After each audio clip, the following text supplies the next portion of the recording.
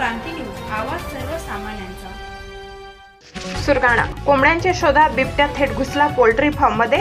संपूर्ण घटना मोबाईल कॅमेऱ्यात झाली कैद। सुरगाणा तालुक्यातील झगडपाडा येथे शुक्रवारी पहाटे सुमारे 4 वाजता भक्ष्याच्या शोधात असलेल्या बिबट्याने अनपेक्षितपणे पोल्ट्री शेडमध्ये प्रवेश केला। पोल्ट्री व्यावसायिकांनी ताबडतोब या घटनेची माहिती वन विभागाला दिली। वन परिक्षेत्र अधिकारी सुधीर कंवर यांच्या मार्गदर्शनाखाली तात्काळ रेस्क्यू टीमने घटनास्थळी पोहोचून बिबट्याला जेरबंद केले।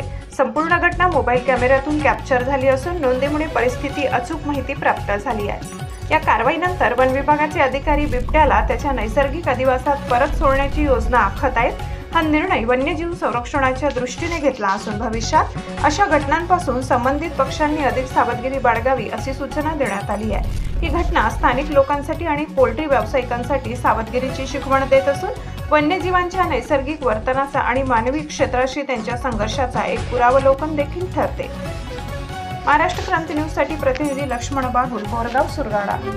अशाच नवनवीन बातम्या पाहण्यासाठी आमच्या महाराष्ट्र क्रांती न्यूज या YouTube चॅनलला लाईक करा, सबस्क्राईब करा आणि बेल आयकॉनला प्रेस करा।